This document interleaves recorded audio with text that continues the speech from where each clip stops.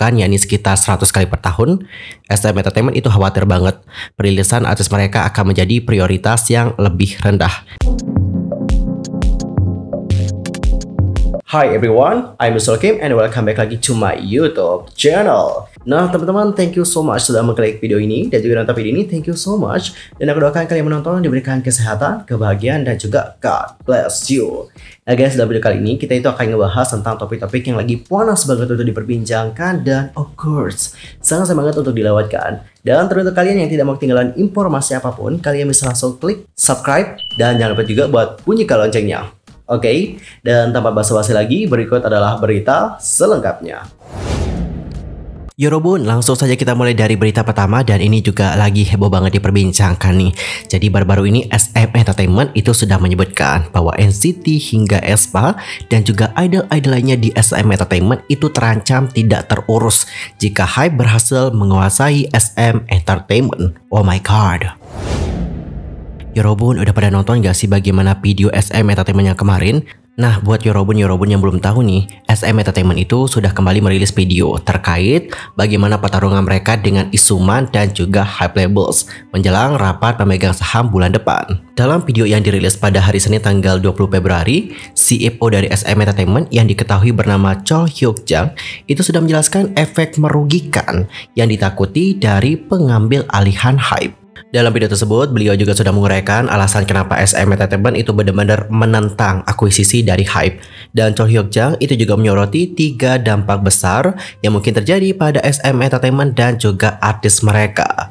Secara umum, para idol SM Entertainment terancam diabaikan jika HYBE meraih suara mayoritas di rapat pemegang saham dan memiliki wewenang dalam mengambil keputusan. Dan Yorobun, langsung aja ya aku jelaskan bagaimana kemungkinan dampak yang terjadi kepada artis SM Entertainment jika HYBE berhasil menguasai SM Entertainment. Kemungkinan dampak yang pertama adalah tentang bagaimana artis dari SM Entertainment akan terabaikan.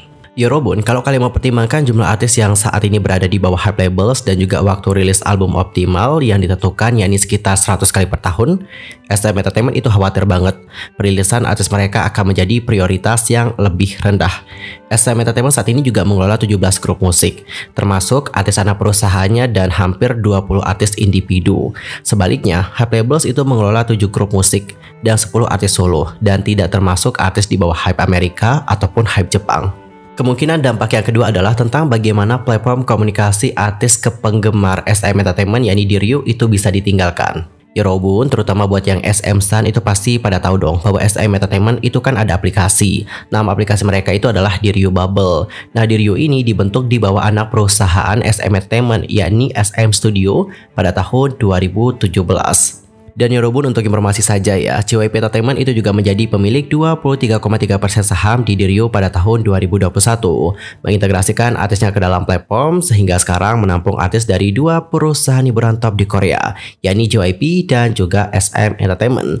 Eits, jangan lupa juga nih bahwa JYP Entertainment dan juga SM Entertainment itu juga bergabung loh untuk menciptakan Beyond Live Corporation yang menjadikan mereka sebagai agensi pertama yang berspesialisasi dalam konser online. Di sisi lainnya, untuk HYBE Corporation atau HYBE Labels itu menciptakan platform komunikasi dan konten penggemar ke idol yang populer pada tahun 2019. Ada yang tahu namanya apa? Yap, sebenar banget Yorobun. Namanya itu adalah Weverse. Di tahun 2022, Weverse juga bergabung dengan V-Live. V-Live ini merupakan platform streaming langsung yang dibentuk oleh Naver Corporation pada tahun 2015. Sejak diluncurkan pada tahun 2019, Weverse telah mengalami pertumbuhan yang eksplosif dan juga telah mengkonfirmasi kebutuhan dan pengaruh platform komunitas penggemar di pasar musik global. Dibandingkan dengan Diryu Bubble, pengguna Weverse itu dapat mendaftar dan juga melihat halaman artis secara gratis dengan konten tertentu yang dapat diakses melalui langganan berbayar.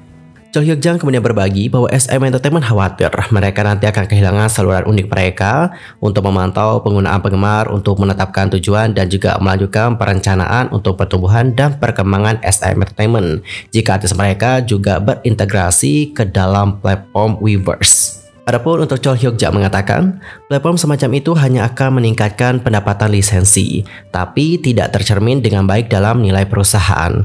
Akibatnya, SM nanti akan kehilangan mesin pertumbuhan baru dengan kehilangan data yang dapat membantu memperdalam pemahaman para penggemar. Jadi intinya adalah mereka itu khawatir kalau Hype nanti menguasai SM Entertainment, maka nanti artis SM Entertainment akan juga bergabung dengan Weverse. Dan di saat banyak yang meninggalkan di Ryu Bubble nih, SM Entertainment itu tidak hanya akan kehilangan pendapatan mereka dari Ryu saja, namun mereka juga bisa kehilangan sebuah platform yang dapat membantu mereka untuk memperdalam pemahaman tentang para penggemar dari idol mereka. Lanjut untuk kemungkinan dampak yang ketiga adalah tentang prioritas lebih rendah untuk peluang bisnis baru. Dikarenakan SM Entertainment telah tumbuh menjadi bisnis mandiri selama bertahun-tahun sebagai label rekaman, agensi berbakat, perusahaan produksi musik, manajemen acara dan perusahaan produksi konser dan bahkan penerbit musik, perusahaan itu khawatir akan kehilangan kesempatan untuk terus mencoba usaha baru dan berkembang. Secara khusus, mereka merasa bahwa peluang seperti itu akan diberikan kepada Hype Corporation terlebih dahulu. Adapun untuk Chol Hyuk Jang mengatakan, peluang bisnis baru yang mungkin membantu strategi SM 3.0 kemungkinan besar akan diberikan kepada perusahaan yang dimiliki sepenuhnya oleh Hype, anak perusahaan mereka. Dan Yorobun, untuk tambahan informasi saja, sebelum Hype menjadi pemegang saham mayoritas SM Entertainment, SM itu sedang merencanakan usaha terbaru mereka, yakni SM 3.0. Dan selama pengumuman untuk SM 3.0, co-CEO SM Entertainment juga sudah menjelaskan bahwa untuk produksi IP atau kekayaan intelektual semata-mata di bawah arahan Isuman, sementara dirinya adalah produser eksekutif di SM Entertainment. Kekayaan intelektual itu meliputi hak paten, hak cipta, merek dagang, dan juga rahasia dagang. Dengan arahan baru SM Entertainment 3.0, direktur saat ini berharap untuk mempercepat kecepatan produksi IP dengan melibatkan lebih dari satu orang dalam proses tersebut. Ia juga berharap untuk memperluas kapasitas produksi dari perusahaan. CFO SM Entertainment kemudian menyebutkan bahwa mereka khawatir banget tentang Hype yang akan mengambil alih SM Entertainment, dan mereka juga mengatakan bahwa mereka akan melakukan segala cara untuk melindungi SM Entertainment. Well Yorobun, jadi seperti itulah bagaimana kemungkinan dampak yang terjadi jika SM Entertainment nantinya akan dikuasai oleh Hype Label. Dan inilah yang membuat orang-orang dalam di SM Entertainment itu khawatir banget jika nantinya Hype ini berhasil menguasai SM Entertainment. Dan Yorobun, bagaimana pendapat kalian mengenai hal yang satu ini? Nanti langsung aja sampaikan bagaimana opini kalian di kolom komentar. Lanjut, kita akan masuk ke berita kedua, datanya dari Nicky ENHYPEN yang sudah dibela netizen usai dibilang kasar ke Sonu. Nicky ENHYPEN mendapatkan banyak banget kritikan dikarenakan dinilai telah berlaku kasar kepada Sonu. Hal tersebut terjadi ketika ENHYPEN melakukan secara langsung di Weverse pada tanggal 18 Februari yang lalu. ENHYPEN sendiri melakukan perayaan bersama dengan para penggemar atau yang dikenal dengan Engine. Dan dalam perayaan tersebut mereka juga membawa sebuah kue yang mana kuenya juga dilengkapi dengan dekorasi yang cantik bernuansa orange bertuliskan manifesto. Jongwon itu kemudian menyebutkan bahwa Sonu yang harus meniup kue tersebut. Dan para member ENHYPEN kemudian bernyanyi dan juga bertepuk tangan menyanyikan bersama-sama sebelum Sonu meniup lilin. Nicky yang ada di belakang Sonu kemudian iseng nih membuka telapak tangannya di depan kue. Hal tersebut kemudian membuat lilin langsung mati. Semua anggota ENHYPEN sontak berseru dengan berkata "wow" karena tidak menyangka bahwa lilinnya akan mati. Magnet ENHYPEN itu juga langsung menutup mulutnya dengan tangan karena tidak menyangka apa yang ia lakukan. Nicky kemudian langsung meminta maaf sembari menyentuh bahu Sonu dengan mengatakan, "Maaf, aku pikir itu tidak akan mati." Nicky sendiri tampak tidak enak dikarenakan lilin benar-benar mati karena tindakannya. Namun para hyungnya asyik tertawa dan juga bercanda menirukan Nicky. Selanjutnya lilin kembali dinyalakan dan juga Sonu meniupnya seperti rencana sebelumnya. Sikap yang dilakukan oleh Nicky kepada Sonu ini berujung mendapatkan banyak kritik, mulai dari dianggap memiliki sikap yang tidak baik sampai tidak menghormati. Namun idol tampan kelahiran tahun 2005 itu juga mendapatkan banyak pembelaan dari netizen dan juga penggemar. Nicky dianggap hanya sekedar korban saja dari orang-orang yang menyebarkan potongan video tersebut. Padahal Nicky langsung meminta maaf dan juga ENHYPEN justru bercanda setelahnya.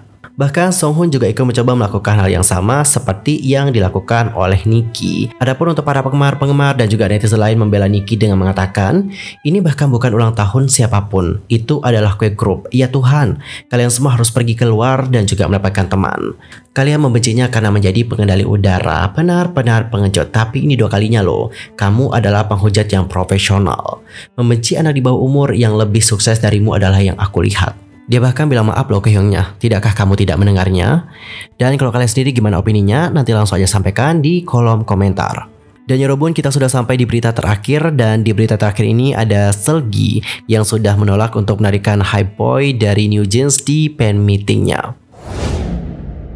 Fan meeting dari Seulgi yang bertajuk Happy Seulgi Day diadakan di Ron Art Hall di Mokdong yang Cheongguk pada tanggal 18 Februari, sekitar seminggu setelah ulang tahun dari Seulgi pada tanggal 10 Februari yang lalu. Nah, di acara tersebut, Seulgi memperlihatkan bagaimana foto bayi masa kecilnya kepada penggemar untuk pertama kalinya.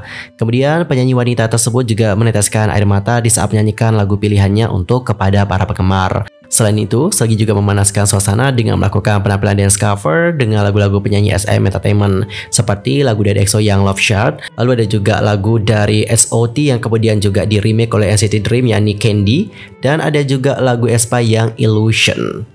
Saat itu ada seorang penggemar yang kemudian meminta nih kepada Seulgi untuk melakukan dance cover lagu dari New Jeans yang Hype Boy. Dan Yorobun, setelah Seulgi mendengarkan ada penggemar yang meminta dirinya untuk menarikan Hype Boy New Jeans, Seulgi pun kemudian menggerakkan tubuhnya sedikit. Lalu tiba-tiba berhenti dengan mengatakan, "Kamu tahu kan, itu benar, saya tidak akan menimbulkan masalah." Kemudian teman-teman, adegan itu tersebar di kalangan netizen dan juga memunculkan berbagai spekulasi. Kebanyakan orang percaya bahwa Seulgi membuat pernyataan tersebut mengingat situasi saat ini di SM Entertainment, yakni sengketa akuisisi saham dan juga hak manajemen. New Jeans sendiri adalah girl group di bawah sublabel Hype. Hype baru-baru ini juga mencoba mengakuisisi SM Entertainment. Ketua Hype yakni Bang Si-hyuk itu sudah membeli 14,8% saham SM dari mantan produser eksekutif SM yakni Lee Soo-man. Sebagai tanggapan, CEO SM yakni Lee Sung-soo juga mengeluarkan pernyataan untuk mengungkap kesalahan Lee Soo-man dan juga memprotes akuisisi tersebut.